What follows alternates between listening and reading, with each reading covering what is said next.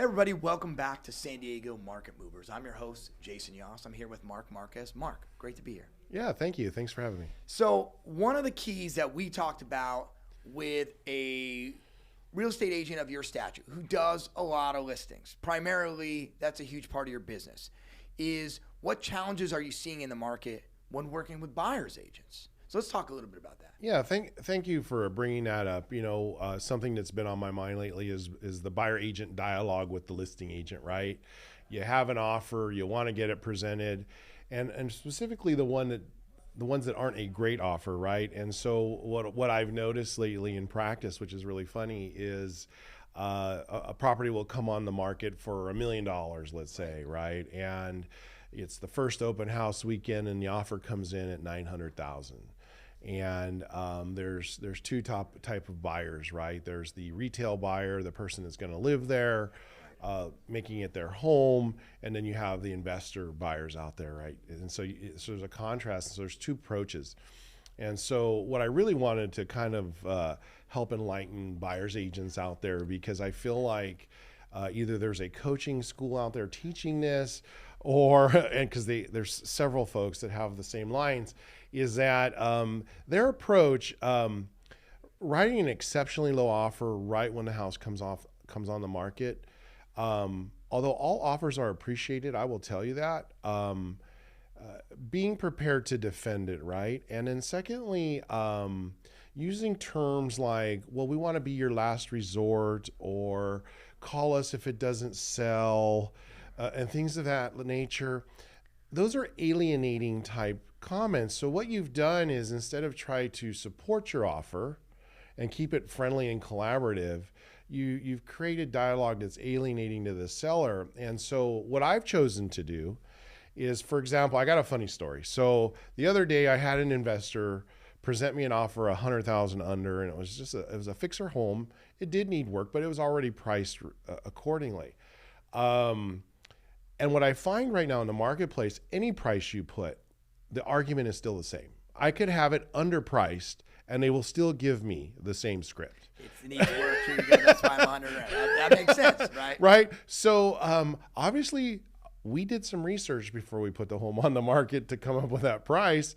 And granted, there are some sellers that are ambitious, and I'm not really speaking about those particular sellers. I'm talking to the typical seller that's coming on the market.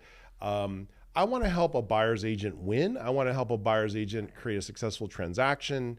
You want to get paid. We want to get paid. We're not here to waste our time.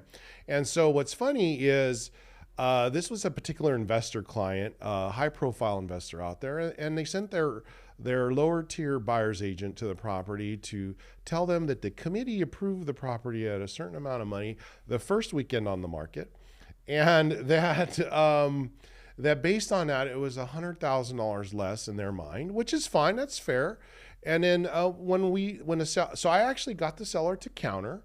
Instead of playing tough guy and saying, hey, your offer's low, what are you doing? And creating an issue for us, I instead was like, hey, I will generate a seller's counter. I generated a counter.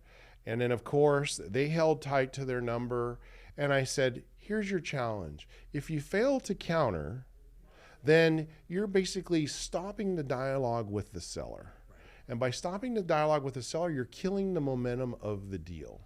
So if your intent was always to be a best and final at the lower number, or the much lower than market number, then just say it up front so we all don't waste our time, right? Right?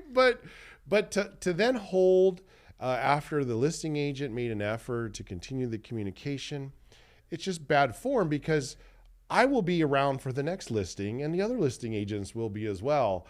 And so we remember those things. And when it's specific entities, then you're like, hey, you just know that you can't count on those folks to bring you a decent offer. Do you think the ultimatum type play is maybe not the best when trying to collaborate with a listing agent? Right. It's the ultimatum, and then the added phrase that we want to be your last resort. Give us a call. So my response to that for the buyer's agents out there was, I said, I will never call you. I said, I'm much too busy to hunt you down. If you're interested in this property, write an offer that at least we can continue creating dialogue around. That's fair. Otherwise, tap out, move on. And dialogue that says that you're a last resort or suggesting that the seller surrender is not the best choice of words. And so study up on your vocabulary and learn a little more collaborative approach. And I run into that time and time again. I get it. And then as a buyer's agent, are you collaborating with your buyer, or are they dragging you along for the ride and subjecting you to these compromising situations and tarnishing your reputation along the way? So I definitely understand it. And to recap, a lot of what you're saying sounds like common sense. You know, the appropriate way to approach a listing agent. Hey, we're a team. We're not adversaries. And we're trying to get a meeting of the minds with our clients. Exactly. Staying away from those ultimatums. And most importantly, like, you know, you are the professional. When your client is forcing you to make ridiculous offers or terms, you know, you got to be able to be the one to say, hey, like, that's not the right way to do business. I love to hear that feedback, and I think our audience really is going to get a lot out of that, because somebody who does a lot of transactions, especially on the listing side, this is great feedback, not just for our buyers agents, but for our buyers who are employing these agents. So Win Friends and Influence People. Go find that book. So whoever's been teaching you the other way, just learn how to build rapport. Build rapport with the listing agents. We may not always agree. The sellers and buyers may not always agree, but improve your dialogue. I agree. Mark, thanks so much for joining us. I know the audience got a lot out of it. Everybody, you make sure you tune in next week, and we'll see you then.